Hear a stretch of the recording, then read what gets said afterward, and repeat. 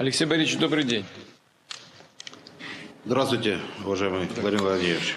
Алексей Борисович, вы не так давно назначены на эту должность, не так давно исполняете обязанности губернатора Курской области, но жизнь ставит перед вами неординарные, сложные задачи по оказанию помощи людям. Здесь недостаточно только ваших профессиональных знаний, навыков и профессионального опыта, который у вас, безусловно, есть. Это требует от вас, сегодняшняя ситуация требует известного мужества, собранности на путях решения этих сложных, непростых, неординарных задач, которые сейчас стоят перед всеми ветвями и всеми уровнями власти, и в том числе перед губернатором и вашей командой. Ситуация в целом, конечно, мне известна. Тем не менее, хотелось бы вас послушать с оценками ситуации в области вот прямо сейчас. И несколько слов по поводу организации работы штаба и координации деятельности различных органов власти. Пожалуйста, Алексей Борисович. Спасибо, уважаемый Владимир Владимирович. Я прежде всего хочу поблагодарить вас за оказанное доверие и назначение меня на должность вот в нашем приграничном регионе именно в этот ответственный момент и за ту поддержку, которую вы оказываете населению Курской области. У нас штаб работает постоянно. И по мере необходимости мы собираемся очно, также в телефонном режиме ежедневно. Когда произошло нападение ВСУ на территорию Российской Федерации, Сужанский район Курской области, это 5 утра 6 августа, противник силами пехоты, бронетехники попытался прорвать нашу государственную границу. Штаб сразу собрался. И я вместе со всеми членами штаба практически в круглосуточном режиме координирую эту работу. Задействованы все заместители губернатора, наше правительство областное и все силовые органы, которые в штаб входят, плюс Министерство обороны.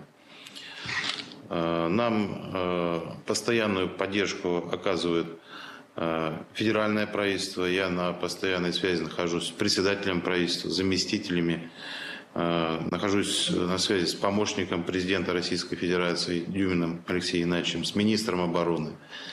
Здесь сейчас присутствуют заместители многих министров и ведомств. И прежде всего, оценив ситуацию, мы начали вывозить людей. Это достаточно сложная была проблема, потому что вот эти ДРГ, ВСУ, они обстреливают гражданское население, обстреливают скорую помощь, которая ценой собственной жизни пожертвовала собой. Есть случаи, где медики погибли, вывозили население. Мы привлекли туда администрации сельских советов, администрацию области, ДНД. У нас находились автомобили в ДНД, переданные, бронированные, которые мы в свое время получали от банков, инкассаторские. И плюс сейчас нам дополнительно до 80 единиц банки предоставляют. Перевозили людей на безопасное расстояние, а оттуда уже организовали вывоз автобусами большой вместимости. Эта работа шла круглосуточно, она и продолжается. По ПВР у нас сейчас свободные места имеются. Мы постоянно для этого высвобождаем здания и помещения. Навстречу пошли хозяйствующие субъекты. Плюс мы договорились с РЖД. У нас пришло 3 железнодорожных состава, где мы можем разместить дополнительно 2400 человек. И пришло дополнительно 8 составов, где мы можем разместить людей, выдать им гуманитарную помощь и отправить их сразу железной дорогой, потому что откликнулись практически все руководители регионов Российской Федерации и предоставляют такие места. То есть мы будем вывозить людей из Курской области и автобусами, и железнодорожным транспортом. Там их будут коллеги размещать. Также сразу было уделено внимание медицины. В первые сутки мы довели количество бригад скорой помощи до 34, освободили койко-места в больницах, перебросили туда аварийный запас лекарств, медикаментов, перевязочных средств, вывели 16 бригад медиков на работу, хирургов, травматологов. Сейчас при поддержке Министерства здравоохранения Российской Федерации мы уже увеличили количество коек до 1800. У нас 61 бригада, которые поступили из различных регионов. Приехало дополнительно 60 врачей высокой квалификации. Федеральное медико-биологическое агентство развернуло дополнительно 100 коек в больницу. Едет мобильный госпиталь из Минздрава. Поэтому вопросы медицины также решены. Включилась в работу Общероссийский народный фронт, Единая Россия, бизнес, которые везут нам на базу, отведенную для этого, спасательную, гуманитарную помощь, вещи, везут средства РЭП, средства связи, которые также направляются в первую очередь людям, пострадавшим, и направляются также в силовые структуры по необходимости. Направляются волонтерам и членам ДНД, которые участвуют в вывозе людей из потенциально опасных мест. Поэтому штаб сейчас собирается по мере необходимости, все на рабочих местах. Сегодня заседание штаба расширенное уже с представителями федеральных министерств и ведомств провел. Также мною даны поручения моим заместителям и Федеральной антимонопольной службе по Курской области совместно проверить, есть случаи, когда торговые точки, либо в гостиницах, в общепите необоснованно завышают цены. То есть наживаются на вот этих пострадавших людях. Это, конечно, мы будем пресекать. Также с Сечиным Игорем Ивановичем провел сегодня переговоры с нашим топливно-энергетическим комплексом, чтобы все заправки функционировали, топливо было, были резервы. Также мы с ними проводим системную работу, чтобы все заправочные комплексы были оборудованы средствами РЭП и бронезащиты. У нас работает колл-центр 112. Туда мы принимаем звонки, каждый звонок отрабатываем.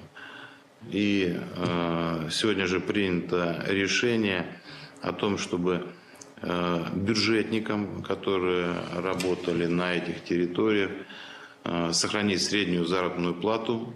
Те, кто работал, получает средства из областного бюджета за счет областного бюджета, кто работал за счет муниципального бюджета, либо в бизнесе, им рекомендовано поддержать такие же мероприятия. Владимир Владимирович, спасибо вам большое за поддержку. Я вам уже докладывал. И правительству Российской Федерации. Вчера также поступили первые средства на переселение жителей из потенциально опасных территорий. У нас списки все сформированы, утверждены. Мы продолжаем эту работу. И я собирал строителей Курской области. У нас имеется достаточное количество жилья и на первичном рынке, и на вторичном. Это квартиры и дома, которые люди тоже могут приобретать. Средства выделяются по стоимости метра квадратного Минстрой России. У нас уже до этого было переселено 447 семей. Эта работа продолжается. Все вопросы, которые будут поступать дополнительные, мы в штабном режиме обсуждаем с коллегами и стараемся их снимать. Также прошу вас, Владимир Владимирович, поддержать выплату единовременную тем людям, которые вынужденно покинули свое жилье в связи с этими событиями, по 10 тысяч рублей на человека, потому что многие, значит, находятся в ПВРах, даже не взяв документ. Мы, конечно, всю помощь оказываем, но вот предлагается и такая мера за счет федерального бюджета.